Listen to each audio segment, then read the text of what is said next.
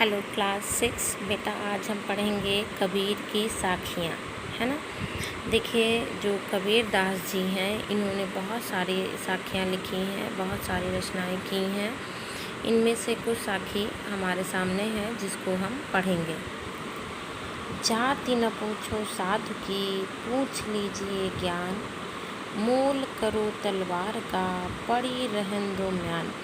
यहाँ पर कहा गया है बेटा कि हमें जो साधु होते हैं उनकी जाति से कुछ भी लेना देना नहीं है, या उनकी जाति हमें नहीं पूछनी चाहिए। उनके अंदर जो भी ज्ञान हो उसको हमें देखना चाहिए। जैसे हम लोग क्या करते हैं, जब तलवार खरीदते हैं तो उसकी धार को, वो कितना तेज है, कितना अच्छा है, उसको देखते हैं और ना कि म्यान को देखते हैं। म्यान से हमें कोई भी मतलब नहीं होता है। ऐसे ही हमें साधु की जात को नहीं पूछना चाहिए, उसके अंदर जो भी ज्ञान हो उसको देखना चाहिए, उसको अर्जित करना चाहिए और तलवार को देखना चाहिए। तलवार का मोल भाव, हम जब तलवार खरीदते हैं तो हम उसका मोल भाव करते हैं और ना कि उसकी म्यान का। और म्यान का कोई मतलब भी नहीं होता है, मतलब किसका होता है? तलवार का। ठीक है। इसमें ऐसा भी कह सकते हैं बेटा कि किसी भी व्यक्ति को हम मतलब देखकर उसकी जाति या मतलब उसकी जाति की विशेषता नहीं कर सकते हैं। उसके अंदर जो भी ज्ञान है उसके अस्तित्व को जानकर हमें उसकी बड़ाई करनी चाहिए और ना कि उसके मतलब जाति पर जाना चाहिए। तो हमें किसी की भी जाति को देखकर उसका मूल्यांकन नहीं करना चाहिए और ना ही उसका अपमान करना चाहिए। उसकी श्रेष्ठता और जो भी उसके अंदर श्रेष्ठता है, ज्ञान है, उसका सम्मान करना चाहिए और उसी से हमें सीखना चाहिए। नेक्स्ट हमारा है आवत गारी एक है। गारी मतलब जो भी आप लोग देखते हैं समाज में गालियाँ चलती हैं, उसी को कहा गया है। आवत गारी एक है, उल्टत होए अनेक।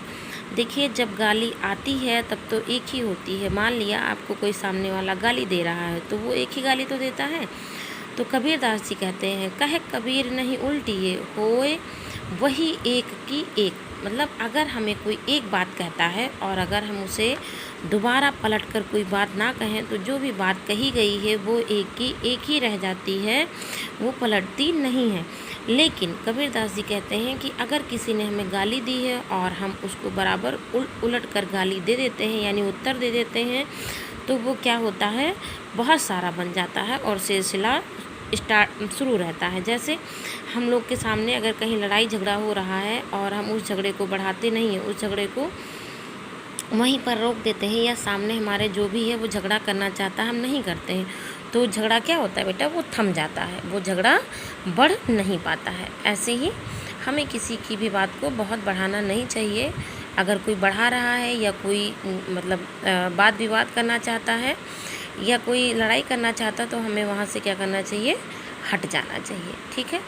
नेक्स्ट हमारा है माला तो कर में फिरे, जीभ फिरे मुख माय, मनवा तो दहु दिस फिरे, यह तो सुमिरन नाय। कहा गया है कर, माला जो होती है वो कर में फिरती है, मतलब हाथ में, और जीभ जो है बेटा वो कहाँ फिरती है, मुख में फिरती है।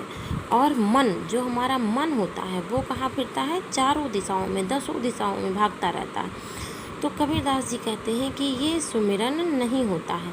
हाथ में हम माला ले रहे हैं और जप रहे हैं, जिह्वा से हम भजन कर रहे हैं, वो कबीर दास जी कहते हैं, और मन हमारा जो है वो इधर उधर भटक रहा है। तो कबीर दास जी कहते हैं कि ऐसा सिमरन जो है वो सच्चा सुमिरन नहीं है, ऐसी भक्ति जो है वो प्रभु की भक्ति नहीं है। यहाँ प्रभु की ही भक्ति नहीं कही गई है बेटा, किसी भी प्रकार की भक्ति वो सही नहीं है जहाँ पर हम लोग मन अपना कहीं अलग लगा रहे हों। हम लोग को अपना मन, वो पढ़ाई हो, कोई भी काम अगर हम करते हैं तो हमारा मन जो है वो एकाग्र होना चाहिए।